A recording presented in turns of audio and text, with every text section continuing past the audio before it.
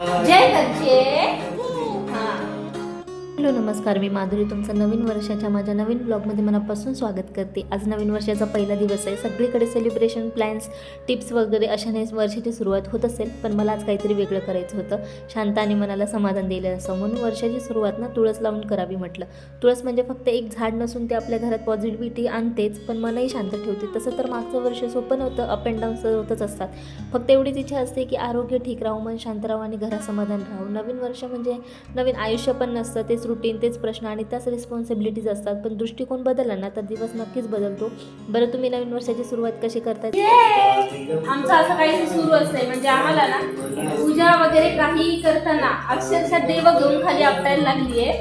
त्यासाठी मग तिला काहीतरी गुंतून लागला आणि नखरे तर फार असतात. हाय करून दाखव. आता काय करते तू? काय पाहिजे तुला? हाय कर. हाय इकडे असं माझी आता ना पूजा झाली आहे, पण आता माझा नैवेद्य दाखवायचा राहिलाय आज देवाला. आणि गुरुवार पण आहे आज, तर म्हटलं करून घ्यावा नैवेद्य. हाय बघ सुरू आहे. आता झालंय असं की ह्यांनी सकाळी लवकर गेले, पण त्यासाठी मला लवकर टिफिन करून द्यावा लागला त्यांना. तर स्वयंपाक माझा झालाय, पण माझा गाजराचा हलवा करावा असा विचार सुरू आहे, तर तो राहिलाय माझा बनवायचा. आणि घरात गोड पण नवीन वर्षाचं तेच होऊन जाईल आणि मग नैवेद्य पण देवाला तेच होईल. पण त्या अगोदर ना माझी तुळस व्यवस्थित लावलंय का मी ते तुम्हाला दाखवते, मला नक्की सांगा. प्लांटिंग किंवा गार्डनिंग अगोदर केलेली नाही, सो त्यासाठी आता लावलंय मी माझ्या प्रयत्नाने. पण तुम्ही मला नक्की सांगा कमेंट करून की तुळस माझी व्यवस्थित लागली का, किंवा ह्यामध्ये काही करता येईल. आणि खरं तर मी ना ही बहुतेक मला वाटते लक्ष्मण तुळस आहे, शक्यतो हीच घरात वापरली जाते. त्या काढू नको ना. हॅलो कर. हॅलो. हे बघा आमच्या पसारा कसा निघालाय ट्रॉलीतून. हॅलो. काय तुझे एक्सप्लेनेशन ग सोन्या? अजून एक सांगायचं विसरले की असं मला काही योगायोग कधी आला नाही. आणि माझी अजून एक इच्छा आहे, तर ती आज ह्यांच्यावर डिपेंड आहे, त्यांनी येण्यावर आहे. जर लवकर आले तर मी नक्की ते तुमच्यासोबत शेअर करेनच. तर तुम्ही ब्लॉग स्टे ट्यून पाहत राहा की ते काय आहे. आणि आता हिच्यासाठी ना मी खिचडी लावली आहे सध्या. आता माझं बाकीचं काम मी उरकून घेते. तर चला, तुम्ही ब्लॉग कंटिन्यू करत राहा. दिवसभरात जे काय होते मी ते तुम्हाला दाखवत राहील.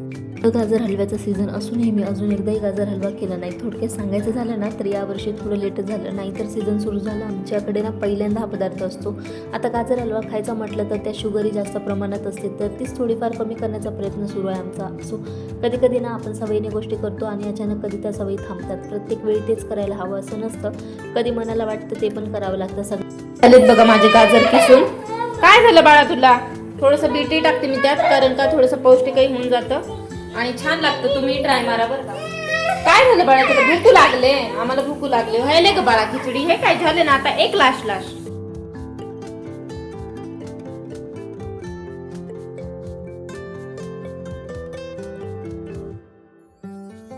असो.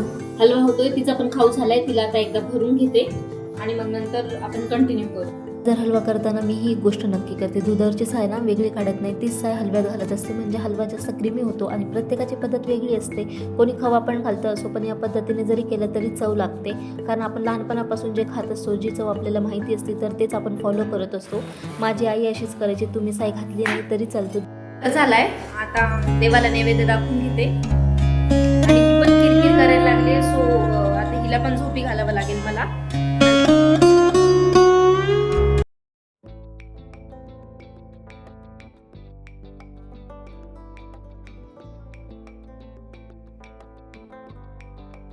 आयशाला झोपवण्याचा तब्बल 1 तास प्रयत्न केला, परंतु ती सकाळी उशिरा उठल्यामुळे आता काही झोपत नव्हते. आणि त्यात माझं जेवण पण राहिलं होतं. म्हटलं ही काही झोपणार नाही, मग आपण जेवण तरी करून घेऊ, कारण प्रत्येक वेळी मुलं आपण ठरवलेल्या क्लॉकप्रमाणे नाही चालत बरं का. अरे बापरे, शैशा बघ कोण आलं? पप्पा आले. 7 वाजले हो, तुम्ही 6 वाजेपर्यंत येतो म्हणले होते. होय का? ए बाळा, हिला घेऊन गेले होते खाली, पण खाली खूप गर्दी होती, माती वगैरे. ठीक आहे, फ्रेश व्हा. टेस्ट बघा लोक. गोड वगैरे काय म्हणले की कॅलेंडर नवीन वर्षाचं लावलीस का? नाही लावायचंय, आता आल्यावर लावा. लक्षातच नाही माझ्या दिवसभरात. ठीक आहे, आल्यावर लावून ए घालचल बाळा लवकर स्वेटर. हाय कल हाय. हॅलो. स्वेटरच घालू देत नाही, बाहेर प्रचंड थंडी आहे. हे हात सोड, हे हात सोड. तशीच तयार झाली, निघालोय बाहेर कारण चेंज केला असतं पण ऑलरेडी आता मला खूप उशीर झालाय.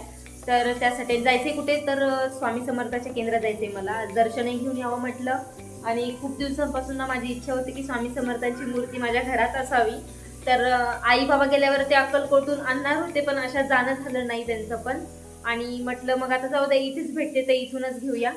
आज सोमवार पण गुरुवार पण आहे आणि नवीन वर्ष पण आहे. तर म्हटलं स्वामींचं आगमन तर आपल्या घरात झालंच पाहिजे. मी जास्त काही करत नाही पण थोडंफार जेवढं होतं तेवढं करते, पण इच्छा आहे. आता बघू मग तिथेच गेल्यानंतर ब्लॉग कंटिन्यू करते कारण ऑलरेडी आता मला वाटते 7-7:30 होत आहे. मंदिरात तर पोहोचलो पण बाहेरचं दृश्य पाहूनच कळलं की आज विशेष दिवस असल्यामुळे आणि त्यातल्या त्यात ना गुरुवार असल्यामुळे गर्दी खूप प्रचंड होती आणि साईशा पण सोबत होती. एरवी थांबायला काही नाही, रांगेत थांबलो पण असतो पण ती खूप किरकिर करायला लागते. मग त्यासाठी नाही थांबलो, बाहेरूनच दर्शन घेतलं तिचं. पण आपल्याला स्वामी दिसले, बाद झालं दर्शनासाठी. आणि मग नंतर ना मला मूर्ती घ्यायची होती, त्यासाठी निघाले. मी तिथे विचारली होती मंदिरात परंतु तिथे पण अशीच पंचधातूची उठली. म्हटलं 1-2 दुकानं अजून बघावीत पुढे चालून. तर सगळीकडे इथं म्हणजे स्टॉक तसाच अवेलेबल होता. मला जशी पाहिजे तशी काही मिळाली नाही. म्हटलं पुढे बघू. आम्ही आलोय घरी, 9:45 वाजलेत आणि मी ना खूप म्हणजे शोधले दुकानं पण मला काही तशी मूर्ती भेटली नाही. म्हणजे ॲक्च्युली इच्छा अधुरीच राहिली म्हणावी लागते. कारण मला कशी पाहिजे होती मूर्ती, पाठीमागे ना त्याचे असं सिंहासन असतं म्हणजे प्लेन नको होती. म्हणजे कसं त्याच्यावर आपण फूल वगैरे जरी ठेवलं तरी ते व्यवस्थित बसून जात होतं.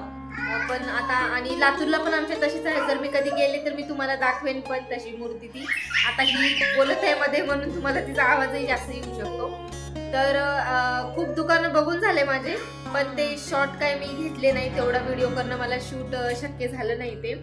पण आता बघू भेटली कुठे तर तिथेच, नाही तर मग अक्कलकोटला जाऊन वगैरे आणावी लागेल. इथे शक्यतो भेटतच नाहीत वाटायला ना त्या मूर्त्या. पण आपण भरपूर दुकानं बघितली, आपल्याला तर काही मिळाली नाही. असो, तर दिवस कशाला खराब घालायचा, प्रत्येक दिवस चांगलाच असतो.